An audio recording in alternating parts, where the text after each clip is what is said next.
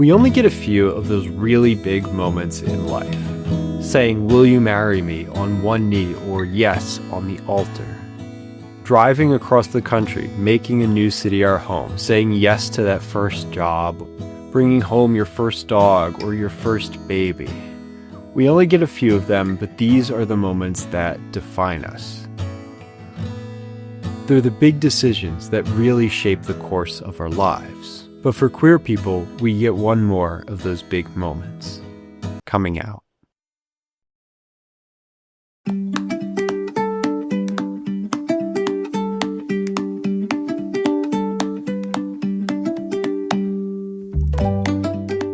My journey to realizing I was non-binary was a long, windy path. It took exploration of my appearance that started all the way back during the pandemic to reading, learning, seeking to understand, to finally coming to terms with my identity, to coming out just last year. Since coming out, I have felt so much more free, and I have such a better understanding of who I am. This is my coming out story, and it's a story that takes place in 4 parts. The first and the longest part of coming out was coming out to myself. As someone who really started to explore my gender identity later in life, in my mid-20s, I doubted so much of what I felt for so long.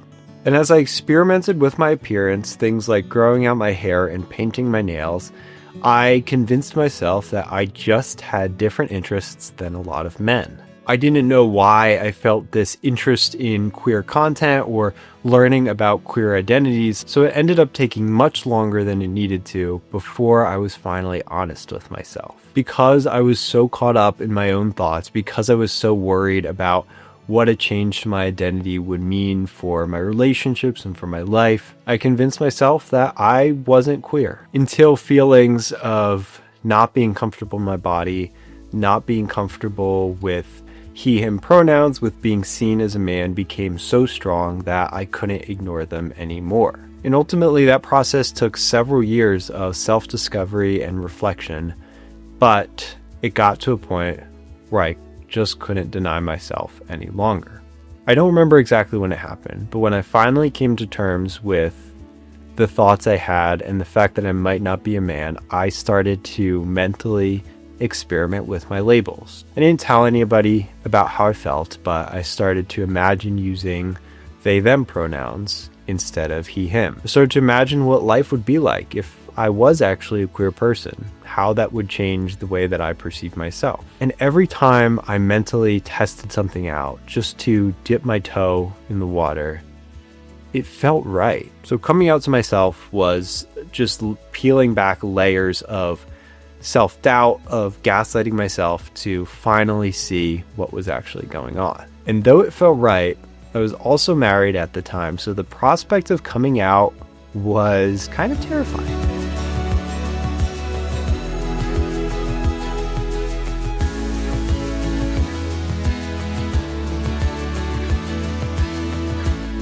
For me, the scariest thing about coming out was coming out to my wife, because I figured she would still love me and accept me for who I am, and that she would see past my gender identity. But it also was a big change, and we had been together for a long time. And when I finally accepted to myself that I was non-binary, that was the first thing I was worried about, was somehow changing our relationship, hurting the connection that we had, and losing her. But at the same time, of course, we had already had discussions around my gender identity, my changes in appearance, so it wasn't like I was totally blindsiding her. Still, I had no plan, I had worries around it, but one night we were laying in bed, about to fall asleep, and somehow the safety of like the darkness and just like physical closeness made it easier to say, and so it just came out. Hey, I think I'm non-binary. And her response was something like, okay, I still love you. What does that mean? When you hear, I still love you, or you hear that moment of support from the people you care about the most, that is such a relief. Because the entire build up to coming out, all of the nervousness, all of the anxiety, all of the fear, is around the question, will this person still like me? Once it was out there, and so was her support, everything felt so much easier. The hard part about coming out, if you have multiple important people in your life, is that the first one might feel the biggest, but then you still have additional moments of anxiety. So once I told my wife, once we talked through it and we're kind of in a comfortable place, then it was time to tell my family. And when I told my family, I had similar fears that if I was open and honest about who I was, that I would receive rejection, that I would hurt our relationship, that we wouldn't have the same type of connection as before.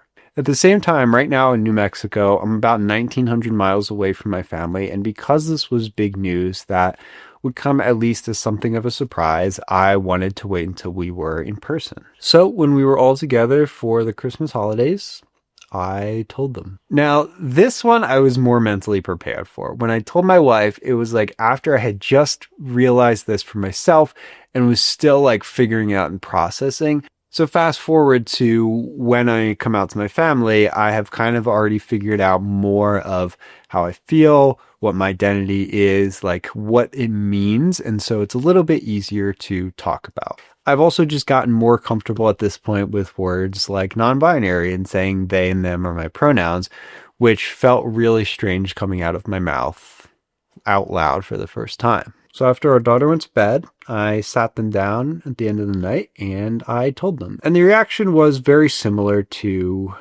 my wife, that it wasn't the biggest surprise in the world, that they still loved me and that they had questions about what it meant. But looking back, even though so much anxiety went into each of those moments, I'm glad that once the words were out of my mouth, that's where it ended. And then I could allow relief to set in because the people I cared about most accepted me for who I am. And so once the secret was out, my family, my wife, the people I love the most knew about my identity. The question was, where do we go from here? And the question of what to do once I was out to the most important people was an interesting one, because then it became a question of, how do I want to live my life? Yes, I've realized this thing about myself. Internally, I feel like I know who I am and the people closest to me know who I am. But how does this change the way that I exist in the world and take up space? The more time went on, the more I went out in public and got misgendered, the more I just felt like I needed to start being more open about my identity. And as a content creator who's been making daily short form vlogs for over 500 days, one obvious way was just coming out to the few thousand people who have ever watched me online. So that's where I started. I'm always kind of most comfortable talking to a camera anyway, so it was pretty easy to tell my story. And when I clicked upload, I had a little bit of anxiety that people in real life, friends who I hadn't talked to or other family members, would see that and have questions. But overall, it was much less of an anxiety-provoking experience than telling the people that I really care about the most.